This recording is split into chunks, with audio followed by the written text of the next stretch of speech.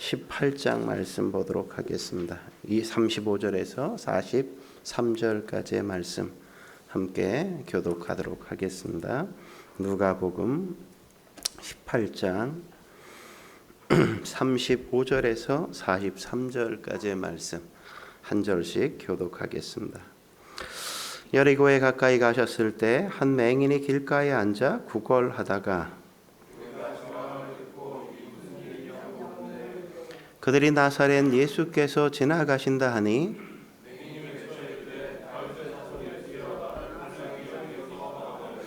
앞서가는 자들이 그를 꾸짖어 잠잠하라 하되 그가 더욱 크게 소리질러 다윗의 자손이여 나를 불쌍히 여기소서 하는지라.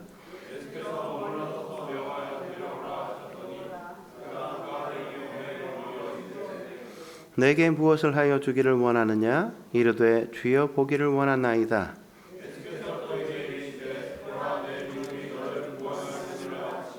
함께 읽겠습니다. 곧 보게 되어 하나님께 영광을 돌리며 예수를 따르는 백성이 다 이를 보고 하나님께 찬양하니라. 아멘.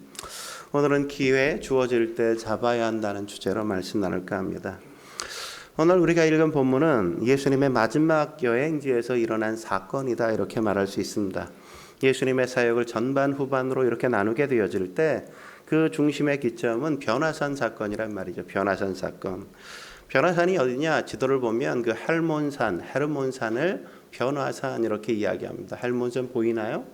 너무 작아서 잘 안 보일 것 같아요. 맨 위에 꼭대기에 있는 이스라엘 땅 맨 위쪽 북쪽에 있는 가장 높은 산 헬몬산이에요. 눈이 만년설이 있는. 그 아래 조금 내려오면 뭐가 있냐면 가이사랴 빌립보. 가이사랴 빌립보 하면 생각나는 장면 있지 않습니까? 베드로가 예수님을 뭐라고 고백해요? 주는 그리스도시요 살아계신 하나님의 아들입니다. 그 고백하는 장소가 가이사랴 빌립보라는 지역이에요.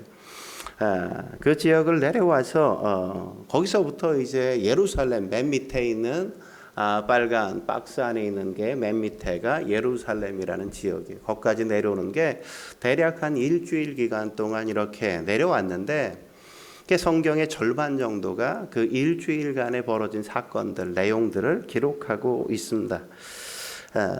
그러니까 예루살렘에 가기 바로 직전에 방문했던 도시가 어디냐? 바로 그 옆에 있는 여리고라는 성이었단 말이죠. 여리고.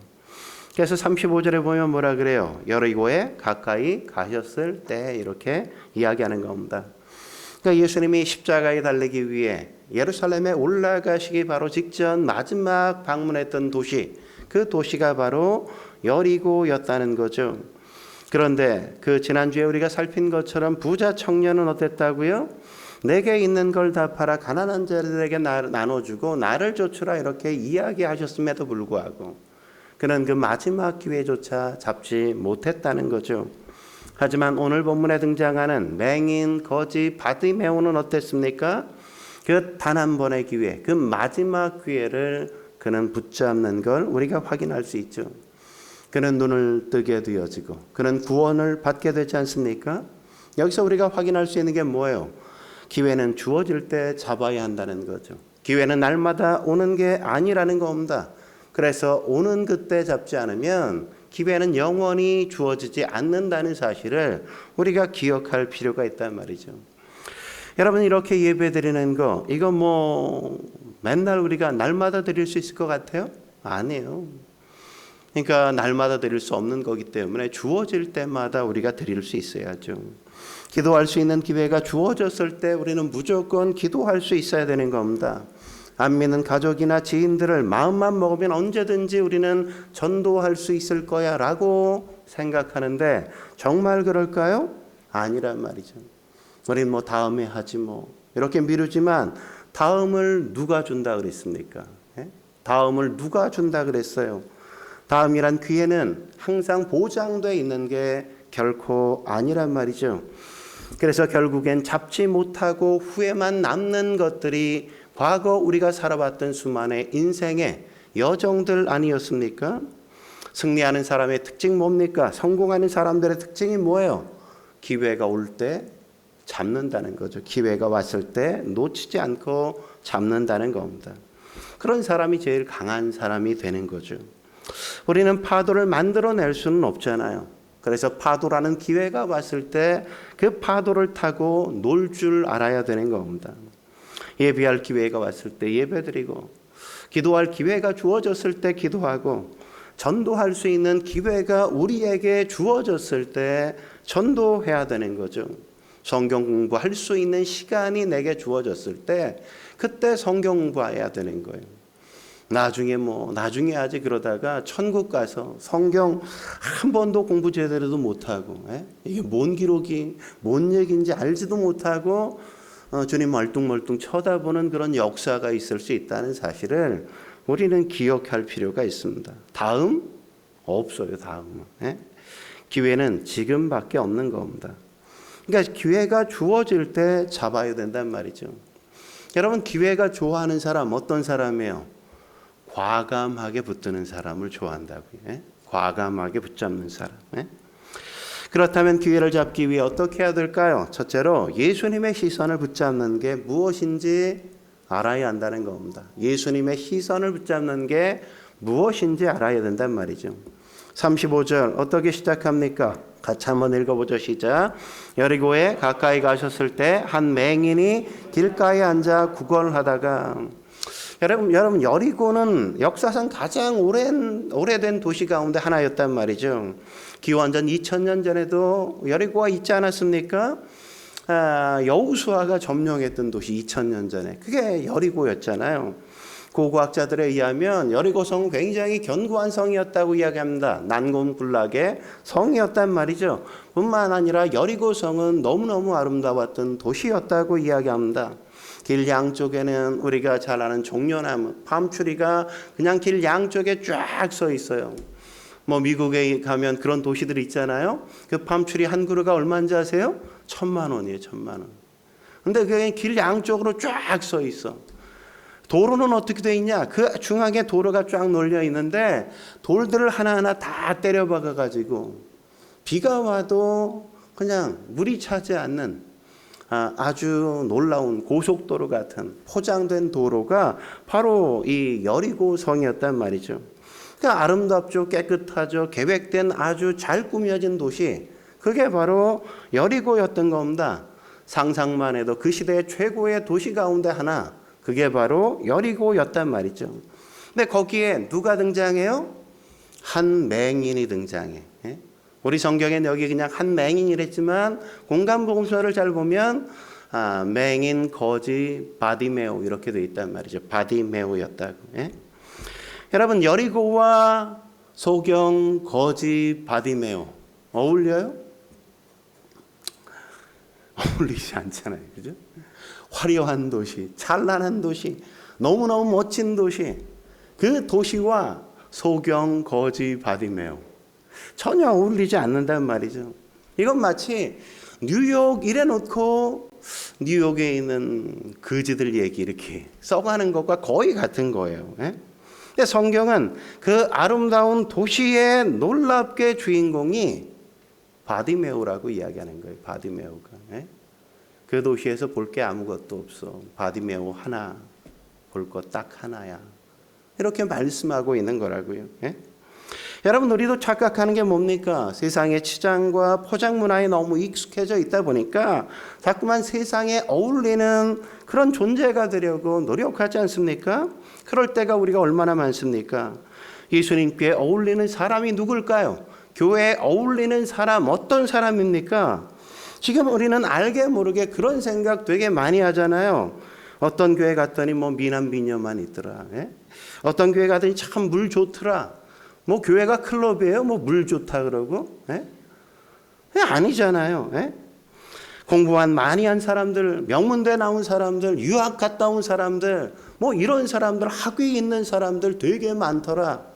사업가 많고 잘 나가는 사람 되게 많더라. 야, 주차장 가봐. 다 외제차야. 교수도 거의 500명이 넘고 거의 한 1000명쯤 될 걸, 교수만 해도. 의사도 많고 다 화이트 칼라야. 연예인들도 있대. 연예인들 가끔 보면 예배 때 연예인들도 본다. 이런 식의 얘기. 우리는 그런 이야기 주로 교회 얘기하면 그런 거 얘기하지 않습니까? 세상적으로 뭔가 내세울 게 있고 뭔가 화려하고 뭔가 부유한 것처럼 보여지고 뭔가 잘 나가는 것처럼 보여지는 것, 그게 마치 교회와 예수님과 잘 어울릴 거라고 생각하는 게 지금 우리의 거대한 착각이란 말이죠. 그래서 행사만 하면 꼭 연예인들 안 부르면 무슨 행사한 것 같지 않은 그런 게 지금 우리의 현실 아닙니까? 근데 성경에 그게 예수님과 어울린다고 이야기합니까? 오늘 본문엔 그렇지 않다고요. 예수님과 가장 잘 어울리는 사람 누구라고 이야기하고 있어요? 연약한 사람들이다 이렇게 얘기하잖아요. 예수님이 필요한 사람, 맹인, 거지, 구원받아야 될 사람들, 도움이 절대적으로 필요한 사람들, 그런 사람들이 모인 곳이 어디라고요? 교회라고요. 그런 사람들이 모인 곳이. 그런데 예수님께 엉뚱한 사람들이 어울린다고 생각하니까 자꾸만 교회에 문제가 생기는 것 아니겠어요? 오늘도 보십시오. 제자들은 예수님께 오는 사람에게 야, 가, 오지 마! 이러해버리고 만단 말이죠. 이게 오늘만 그랬습니까? 그렇지 않았다고요. 왜 예수님을 찾아와요? 예수님이 꼭 필요하니까, 구원이 꼭 필요하니까, 도움이 필요하니까 예수님께 왔다고요. 근데 제자들은 애들은 가 이랬잖아요. 애들은 가 이랬더니 예수님이 뭐라 그래요? 예수님께서 말씀하시기를 어린아이와 같지 않으면 천국에 갈 수 없어 이러잖아요. 그죠? 바리새인들이 뭐라고 예수님 비난합니까? 왜 세리와 죄인과 어울리고 그래요? 예수님이 뭐라 그러세요? 건강한 사람에겐 의사가 쓸데없고 병든 자에게야 쓸데가 있느니라. 나는 의인을 부르러 온 게 아니라 죄인 부르러 왔다 이렇게 말씀하셨잖아요. 예? 교회와 가장 잘 어울리는 사람이 누구예요? 병자들이죠. 교회와 가장 잘 어울리는 사람들이 누구예요? 죄인들이란 말이죠. 죄인. 저는 죄인입니다. 이걸 우리가 명심해야 돼요. 지금도 마찬가지인 겁니다. 나는 연약합니다. 나는 부족합니다. 나는 목마릅니다. 나는 너무나도 공허합니다. 나는 주님이 없이는 살 수 없습니다. 주여 너를 도와주옵소서. 저는 죄인입니다. 라고 고백하는 그런 사람들, 자신이 살아온 인생에 대해 후회하고 자신의 삶에 대해 철저하게 회개가 넘치는 사람들, 그런 사람들이 예수님과 가장 잘 어울리는 그런 사람이란 말이죠. 점잖고 이래야 교회에 올 수 있는 게 아니라고요. 교회는 안정이 아닌 겁니다. 교회는 안정적인 건 어폐가 있는 거죠. 교회가 어떻게 안정적일 수 있어요? 병원에 갔더니 건강한 사람들이 쫙 있더라. 이상한 거죠. 그죠? 병원에 누가 있어야 돼? 환자들이 가득해야죠. 환자들이. 건강한 사람들이 병원에 가서 누워 있으면 어떻게 해? 그 문제 있는 거죠. 그죠? 네.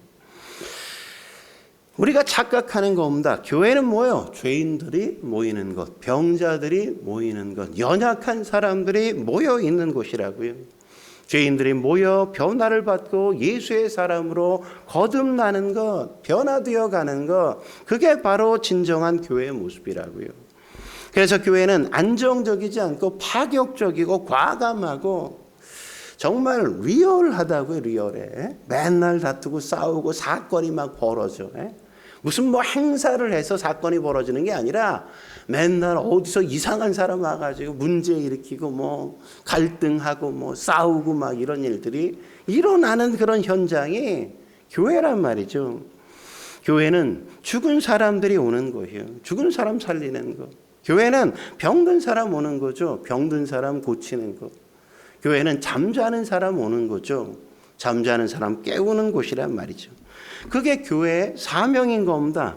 그런데 교회가 점점 너무 괜찮은 사람들만 모이니까 너무너무 세속화되어진다고요. 또 다른 세상을 교회 안에 만들어 놓는단 말이죠. 어떤 사람이 와야 돼요? 파랗게 빨갛게 머리 염색한 사람. 이런 사람 와야죠. 근데 봐요. 없잖아. 그죠? 이렇게 쇠줄 이런 거 이렇게 길게 막 늘어뜨리고 이렇게 차고 다니는, 뭐 여기 막 이렇게 뭐 좀 뚫고 다니는, 그런 사람들이 교회에 와야죠. 예. 술에 쩔어가지고 그냥 여기 와서 술 이제 펑펑 풍기는 사람이 와서 앉아서 예배 드릴 수 있는 장소. 그게 교회인 거예요. 하는 사업이 파탄이 나서 그냥 더 이상 삶의 소망을 잃고 절망 가운데서 그냥 앉아 있을 수 있는 곳을 찾아 와 있는 곳이 교회인 거란 말이죠. 오늘을 살아내기가 너무 버겁고 힘겨운 사람들, 그런 사람들이 찾아와서 앉아 있어야 될 것.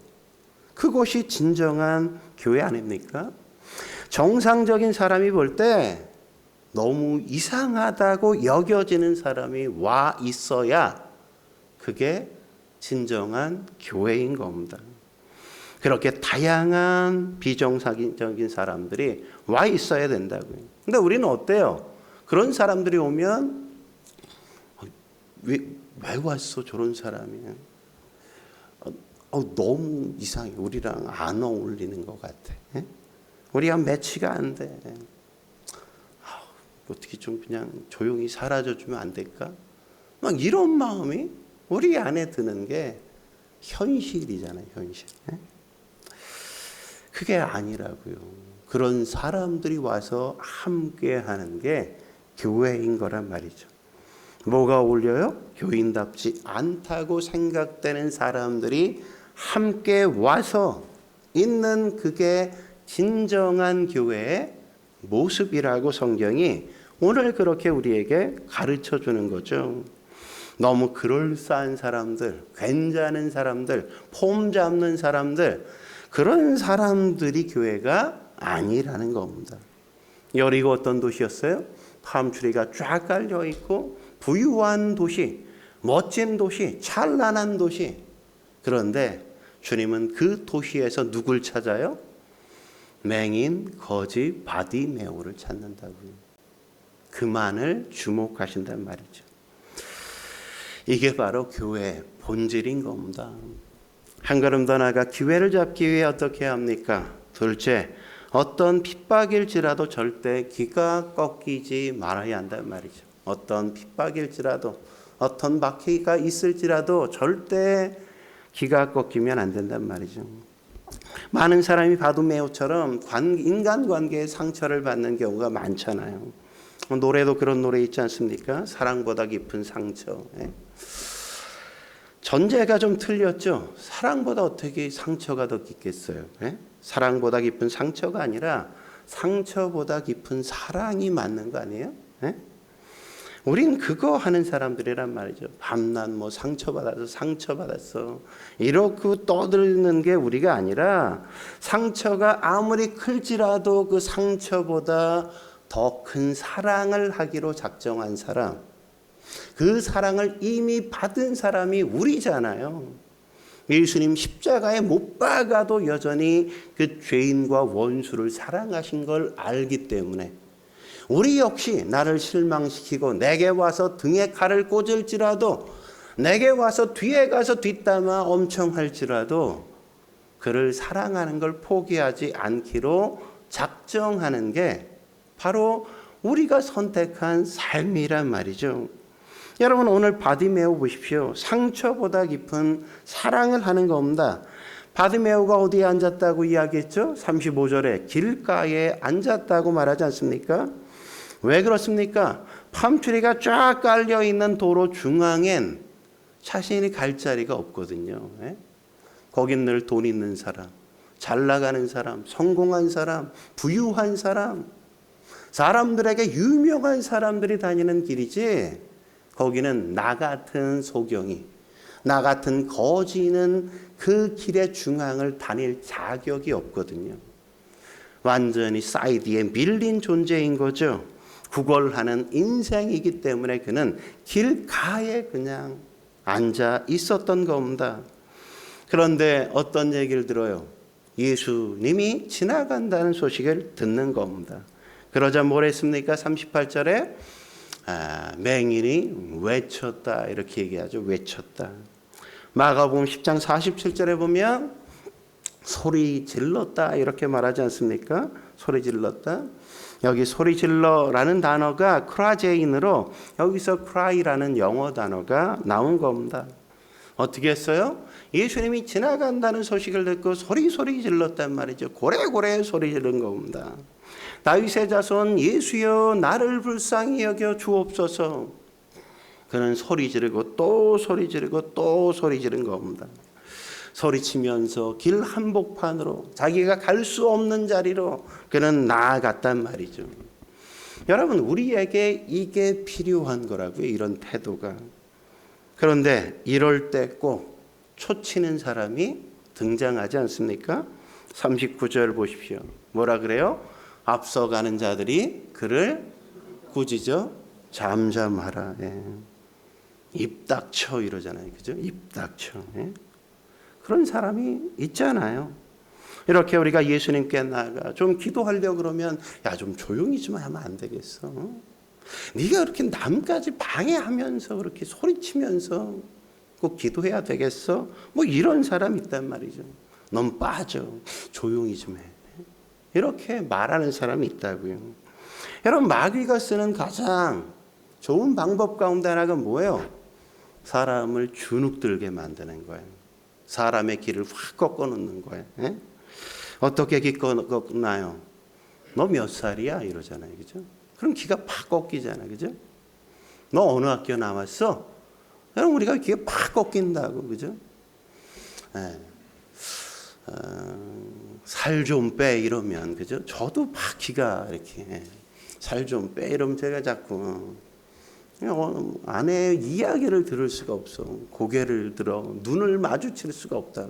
살 좀 빼 이러면 제일 무서워. 기가 팍 주고. 넌 빠져 나서지 마. 주제 파악 좀 해. 막 이렇게 기를 팍 죽여놓는다고요. 팍 죽여. 이게 세상이 하는 일이고 마귀가 하는 일 아닙니까? 근데 오늘 바디메오가 잠잠해 입 닥쳐 이랬는데 어때요? 기가 죽었어요? 기가 죽지 않잖아요. 기가 안 죽어. 이게 바로 바디메오의 영성이란 말이죠. 영성. 절대 기죽지 않는다. 절대 난 주눅들지 않을 거야. 이러고 그냥 달려간단 말이죠. 마귀의 목적이 뭡니까? 낙심케 만드는 거죠. 중도에 포기하게 하는 거죠. 하던 걸 못하게 중단시키는 거란 말이죠. 이유가 무엇이든 중단시키게 만드는 거, 그거 다 마귀로부터 오는 겁니다. 누가 중단하라 그럽니까? 마귀는 자꾸 지치게 만들고 중단시키게 만든단 말이죠. 여러분 언제 우리가 우리의 힘 갖고 뭘 해봤나요? 아니잖아요.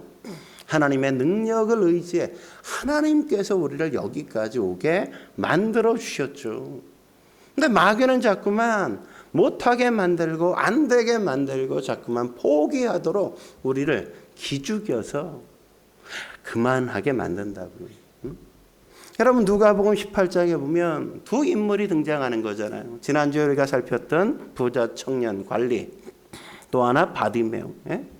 여러분 만약에 누가 부자 청년에게 야, 너 예수님께 가지 마. 너 가면 죽어. 이랬으면 그 청년은 아마 예수님 찾아가지 않았을 것 같아요. 부자 청년이거든요. 매너를 알거든요. 자기 이미지를 늘 관리한단 말이죠. 이미지.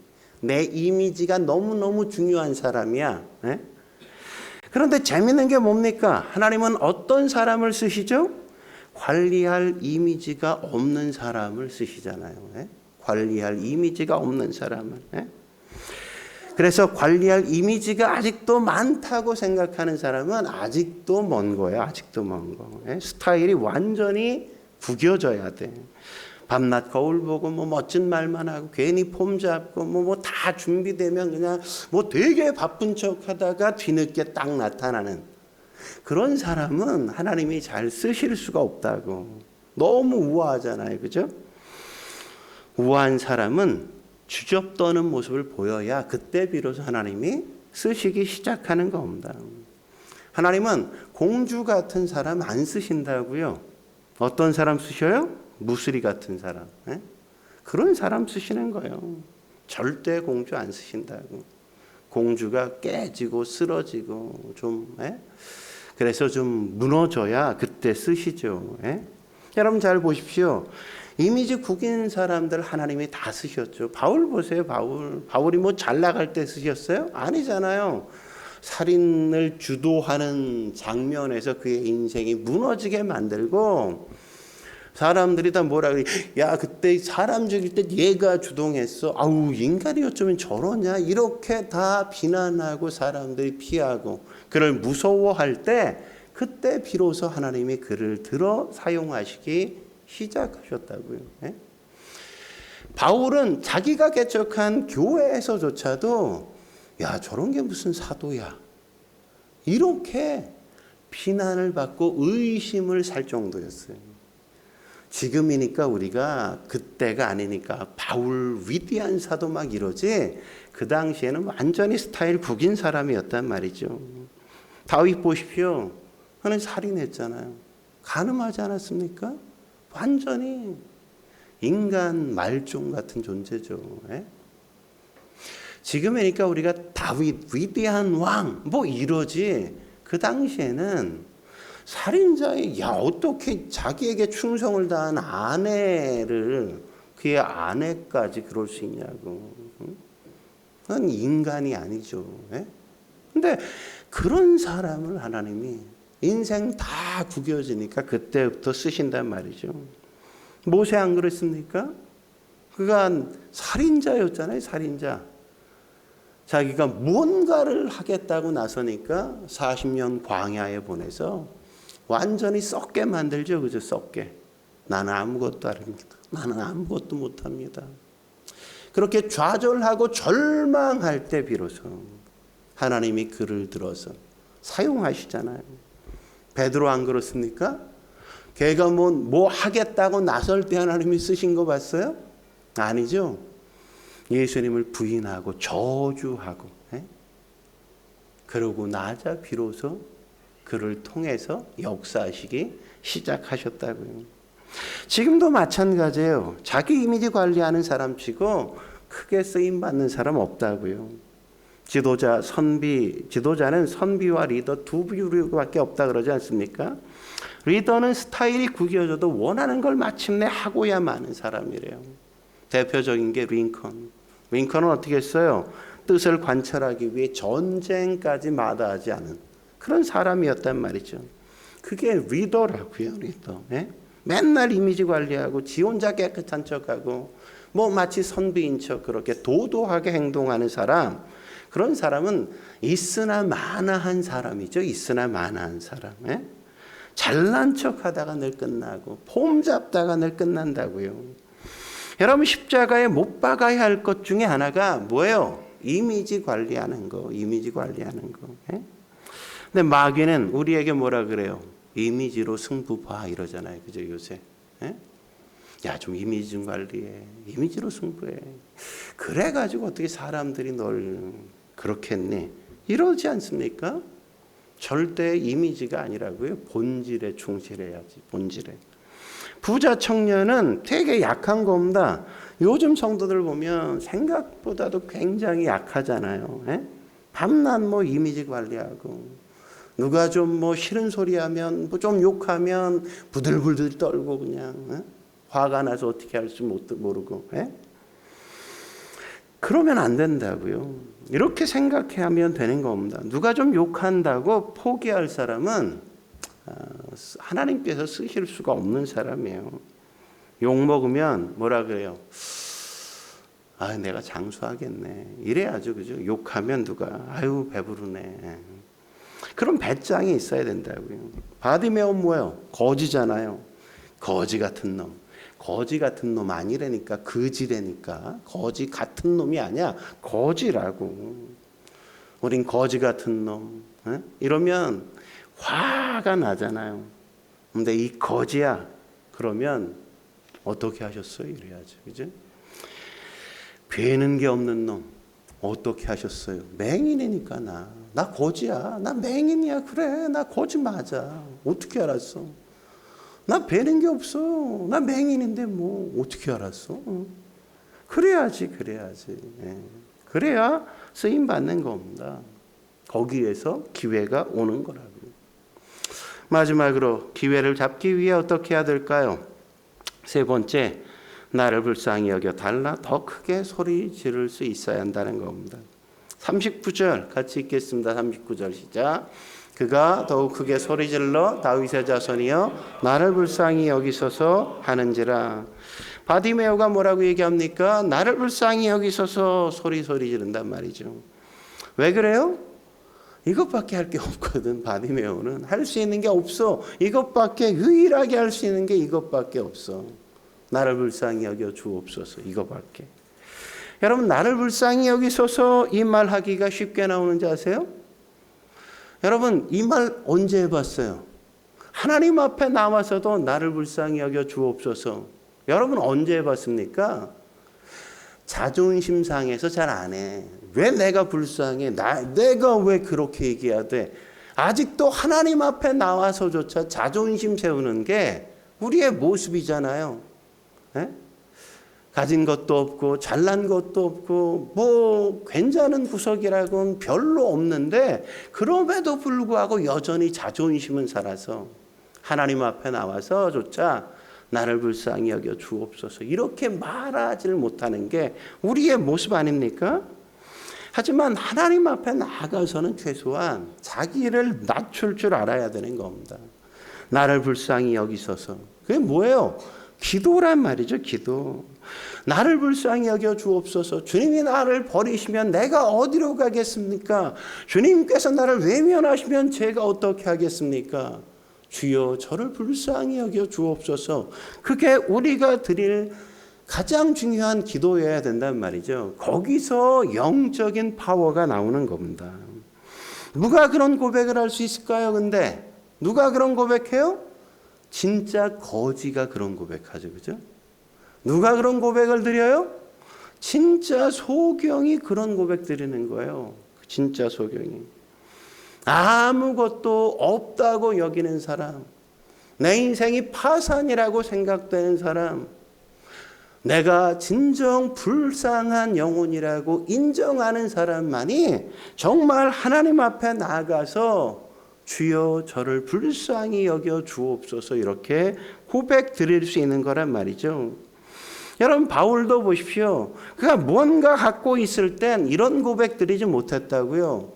정말 그가 그를 죽이고 살인자가 되고 사람들이 그를 막 피하고 막 이러니까 뒤늦게 뭐예요? 주여 저를 불쌍히 여겨 주옵소서. 그때 가서 그렇게 고백하는 거 아닙니까? 예? 갓난아이 보십시오. 걔가 뭐 말을 해요? 걷기를 해요? 예? 할 수 있는 게 뭐예요? 갓난아기가? 응애밖에 없잖아요. 그죠? 응애. 근데 응애 그 하나 가지고 엄마 아빠를 들었다 놨다 다 하잖아요. 그죠?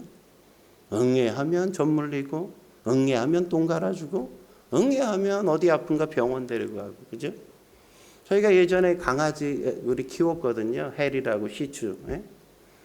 근데 뭐 잘 짖지도 못하는데 낑낑대. 그죠? 낑낑대는 거 유일하게. 그죠? 근데 낑낑 하나 가지고 지 할 거 원하는 거 다 이루잖아. 그죠? 낑낑거리면 밥 줘야지. 낑낑거리면 똥 싸려고 그러나 뭐 깔아줘야지. 예? 낑낑거리면 산책까지 하는 거 아니? 산책까지 하고. 그럼 또 산책까지 데려갔다 와야 돼. 우리가 그 시추보다는 좀 나아야 되지 않겠어요? 예? 우리도 좀 낑낑은 돼야지. 낑낑은. 예? 하나님 앞에 가서 낑낑은. 예? 하나님께 나가서 부르짖을 수는 있어야죠. 주여 나를 불쌍히 여겨 주옵소서. 예? 예수님은 어떤 분이십니까? 주여 나를 불쌍히 여기소서. 그러니까 길가에서 소리가 들리니까 가던 걸음을 멈춰 서시잖아요. 그리고 뭐라 그래요? 가서 데리고 와라 이러잖아요. 데려와 이러잖아요. 예? 40절 같이 한번 읽겠습니다. 시작.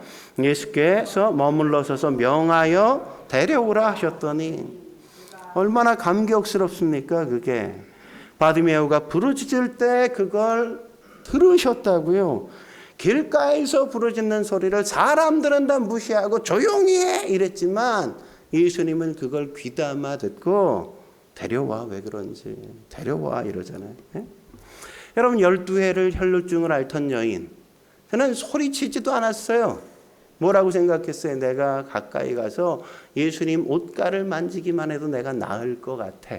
그래서 예수님께 다가와서 옷가를 살짝 스쳤는데 예수님 어떻게 했어요? 내게서 능력이 나간 걸 아셨잖아요. 누가 내 옷가를 만졌어 이러잖아요. 예? 예수님은 다 보고 다 듣고 다 아신단 말이죠.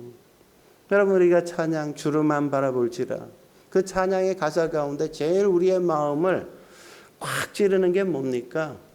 너의 작은 신음에도 응답하시니. 그거 아니에요, 그죠?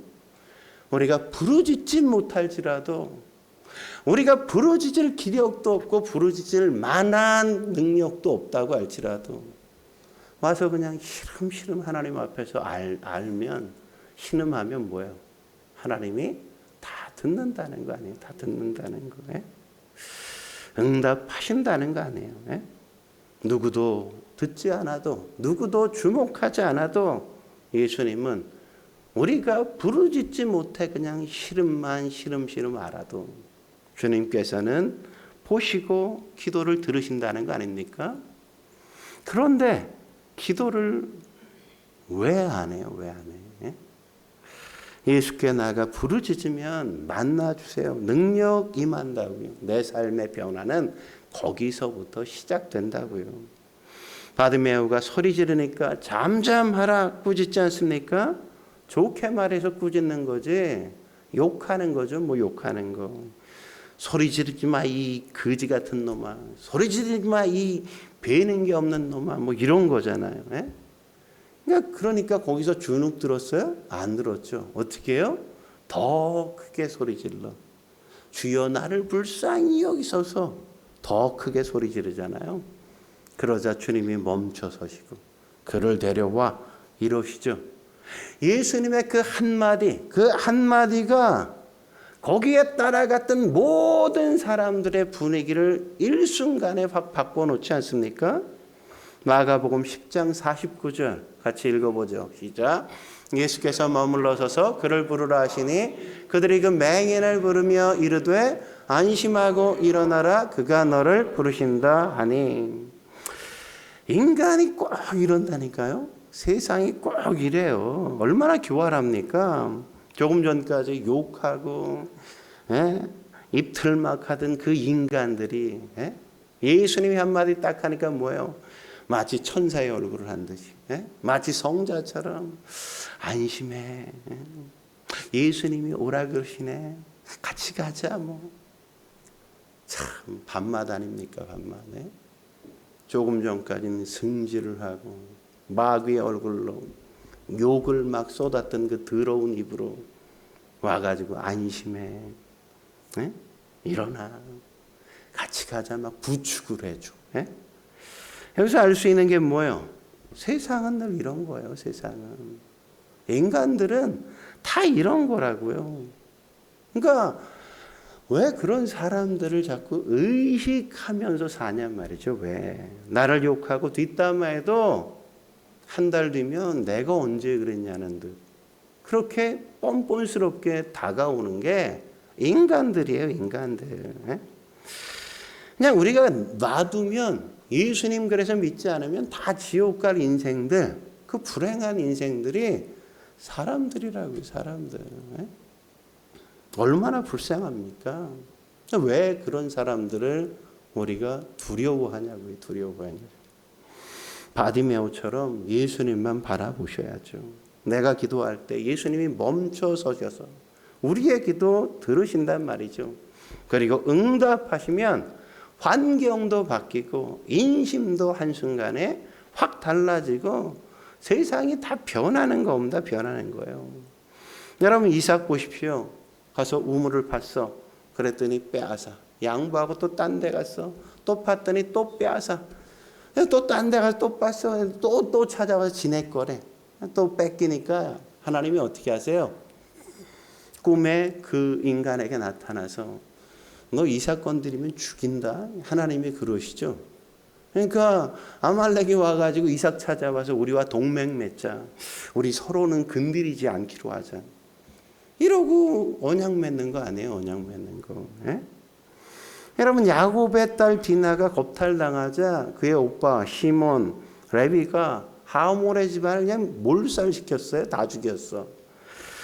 굴러 들어온 돌이 박힌 돌 그냥 빼낸 것과 같은 거야. 주변 사람들이 가만 놔두겠습니까? 이 일을 보고 가만 안 놔두겠죠. 그 집안 몰살당할 위기였다고요. 야곱이 얼마나 두려우면 내가 처음 하나님을 만났던 그 베델에 올라가자. 거기 가서 하나님 만나자. 그러고 그냥 간단 말이에요. 데리고 가족들. 그랬더니 거기서 어떤 역사가 있습니까? 하나님 예배드리고 막 그랬더니 창세기 35장 5절에 이런 역사가 있잖아요. 같이 읽겠습니다. 시작. 그들이 떠났으나 하나님이 그 사면 고을들로 크게 두려워하게 하였으므로 야곱의 아들들을 추격하는 자가 없었더라. 네. 하나님이 간섭하지 않으면 가문이 거기서 끝나는 건데 하나님이 사면 고을들로 크게 두려워하게 하셔서 감히 야곱의 아들들을 누구도 건드리지 못하게 하나님이 만드시잖아요. 네? 이게 하나님이 하시는 역사죠. 한 번에 그냥 한 방에 끝내는. 네? 중요한 게 뭐예요? 하나님 바라보는 거예요. 예배하는 거, 기도하는 거. 그거 우리가 해야 될 일이란 말이죠. 응? 우리가 주만 바라보면 주께서 높이시면 뭐 끝난 거죠. 뭐. 예? 그럼 뭐 맨날 뭐 그렇게 어렵게 살게 하시겠습니까? 맨날 뭐 비천하게 그렇게 놔두시겠어요? 맨날 뭐 수치를 당하게 하나님께서 우리를 그냥 내버려 두시겠냐고요. 우리가 하나님 앞에 나가 예배하고 진정 마음을 다해 하나님 앞에 우리가 잘 섬기면 거기서 하나님의 역사는 시작되겠죠. 빌립보서 2장이 보여주는 게 그거 아닙니까? 예수님이 낮췄더니 어떻게 하세요? 하나님이 그를 지극히 높였다 이렇게 얘기하잖아요. 그죠? 우리가 해야 될 게 뭐예요? 하나님 앞에 나가서 나를 낮추고 주여 나를 불쌍히 여기소서. 주여 저를 긍휼히 여기소서.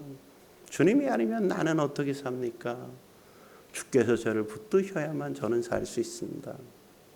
그때 거기서 하나님이 지극히 높여가 시작되는 거죠. 응? 저와 여러분들이 그런 놀라운 은혜와 기회를 잡을 수 있게 주의 이름으로 축원합니다.